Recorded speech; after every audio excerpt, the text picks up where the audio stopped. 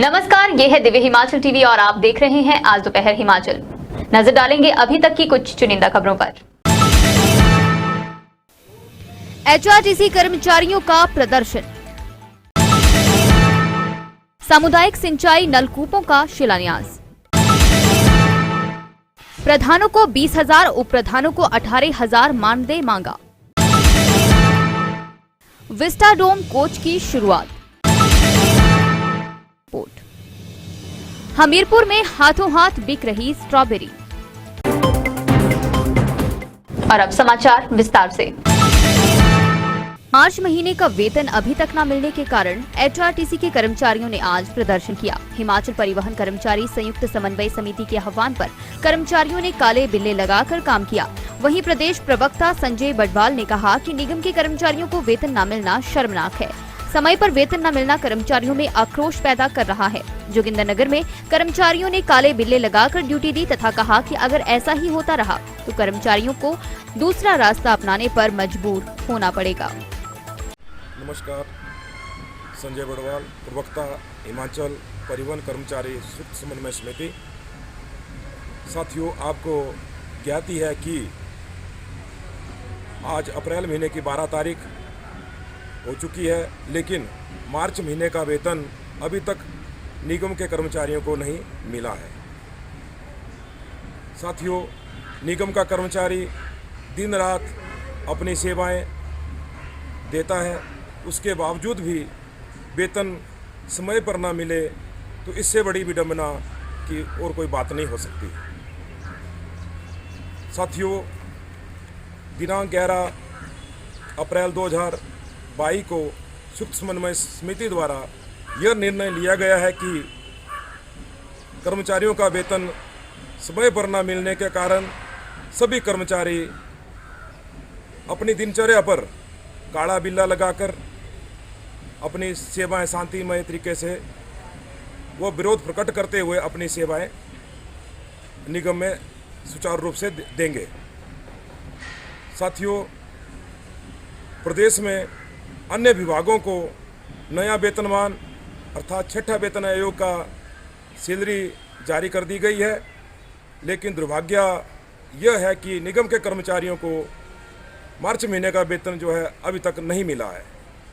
तो मेरी सरकार से और एचआरटीसी मैनेजमेंट से यही गुजारिश रहेगी कि समय रहते निगम के कर्मचारियों को हर महीने पहली तारीख को वेतन दिया जाए और इसी के साथ साथ जो नाइट ओवर टाइम जो चालक परिचालकों का लगभग 35-36 महीनों का जो है पेंडिंग पड़ा हुआ है, उसकी भी जो देनदारी वो धनराशि है वो समय पर दी जाए, ताकि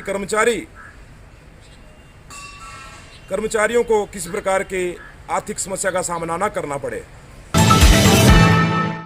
जल शक्ति मंत्री महेंद्र सिंह ठाकुर पांवटा साहिब विधानसभा क्षेत्र के दौरे पर पहुंचे व 24 सामुदायिक सिंचाई नलकूपों के निर्माण कार्य का शिलान्यास किया। जल शक्ति मंत्री महेंद्र सिंह ठाकुर का मंगलवार को बीजेपी कार्यकर्ताओं ने जोर शोर से स्वागत किया। पुलिस के जवानों द्वारा मंत्री को सलामी दी गई। इस दौरान महेंद्र सिंह ने कहा कि विकास के लिए बीजेपी की हमेशा सोच रहती है। इस दौरान उन्होंने कहा कि सुखराम चौधरी अपने क्षेत्र के विकास के लिए हमेशा सोचते हैं। इस दौरान जल शक्ति मंत्री महेंद्र सिंह ठाकुर का पांवटा पहुंचने पर ऊर्जा मंत्री सुखराम चौधरी ने धन्यवाद किया। विकास के प्रति सोच सुखराम चौधरी जी की है। विधानसभा के अंदर पार्टी के मंच पर जब भी कभी भी कोई बात की जाती है तो उसमें एक ही बात कही जाती है, संगठन की दृष्टि से कोई दायित्व दिया जाता है तो उसमें पहला नंबर आता है कि सुखराम चौधरी को जो है बुलाओ, उनको इस दायित्व को सौंपो।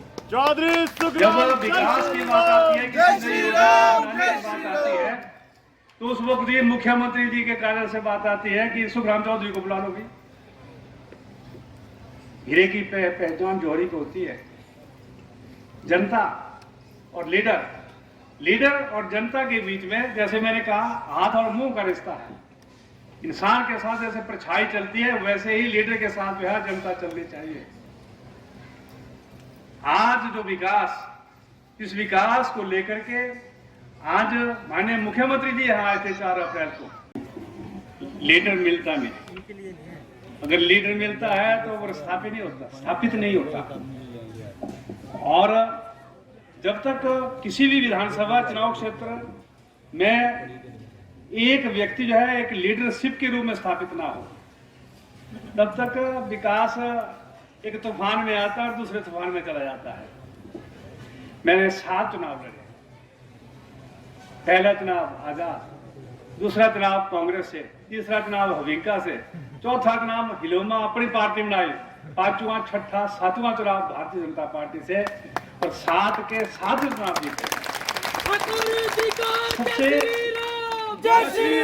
विधानसभा चुनाव क्षेत्र की जनता ने लीडरशिप को स्थापित करने के लिए वो अपने लीडर के साथ। पंचायती राज महासंघ हिमाचल प्रदेश के प्रदेश महामंत्री अरुण कुमार ने अनौपचारिक प्रेस वार्ता के दौरान बताया कि शीघ्र ही पंचायती राज महासंघ का एक दल मुख्यमंत्री जयराम ठाकुर से मिलेगा। हिमाचल प्रदेश पंचायती राज महासंघ की मांगों को प्राथमिकता के आधार पर शामिल करने हेतु ज्ञापन सौंपेगा। उन्होंने कहा, हिमाचल प्रदेश पंचायती राज महासंघ मुख्यमंत्री जयराम ठाकुर से मांग करता है कि पंचायती राज प्रतिनिधि कठिन भौगोलिक परिस्थितियों में काम करते हैं और उन्हें बहुत कम भत्ता दिया जाता है, उन्हें सम्मानजनक भत्ता दिया जाए। उन्होंने कहा कि पंचायत सदस्यों को 7,000 रुपए, उप प्रधानों को 18,000 रुपए, प्रधानों को 20,000, जिला परिषद सदस्यों को 25,000 तथा जिला परिषद अध्यक्षों को 50,000 प्रति माह मानदेय दिया जाए। उन्होंने कहा कि पंचायती राज महासंघ कई वर्षों से मांग कर रहा है कि पंचायती राज प्रतिनिधियों को 2005 से पेंशन दी जाए।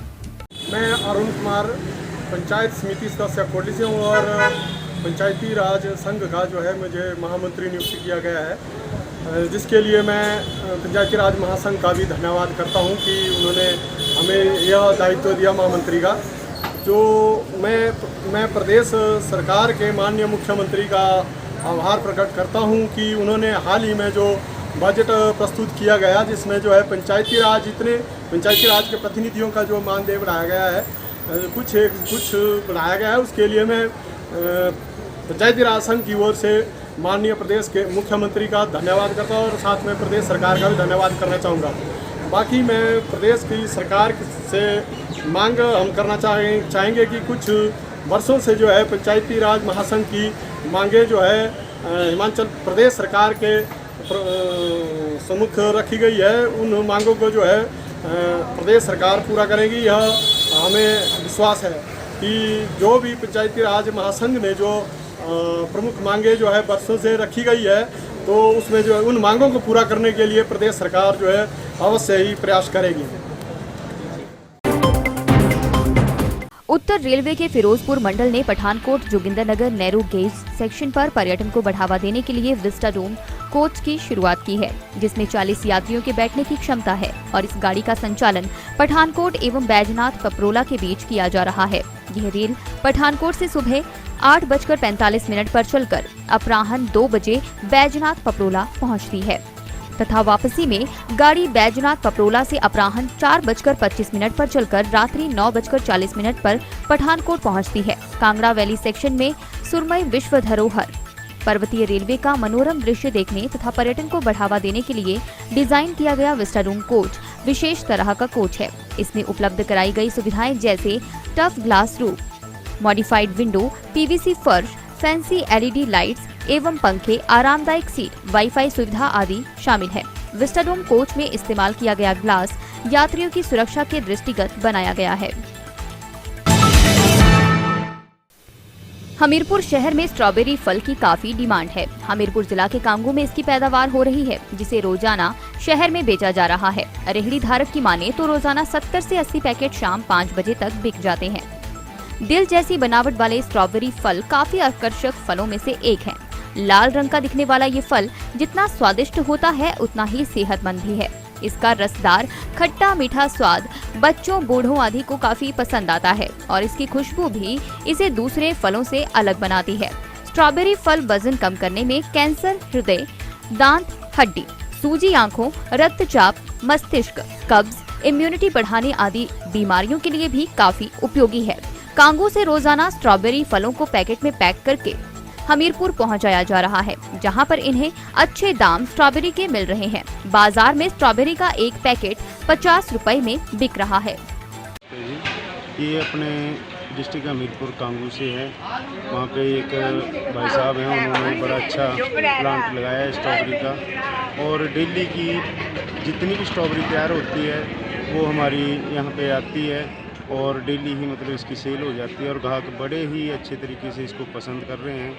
और ये खून बढ़ाने को और बच्चे ज़्यादा पसंद करते हैं, खून बढ़ाने के भी काम में आती है। बहुत अच्छा फ्रूट है और हमारे पास डेली ही फार्म में से आता है ये और हमारे पास ताज़ी स्ट्रॉबेरी मिलती है। जी हमारे पास कोई 70-80 पैकेट आते हैं डेली के और वो डेली शाम को मतलब 4-5 बजे तक ये सेल हो जाती है, पड़ जाती है। आज दोपहर हिमाचल में बस इतना ही। देखते रहिए दिव्य हिमाचल टीवी।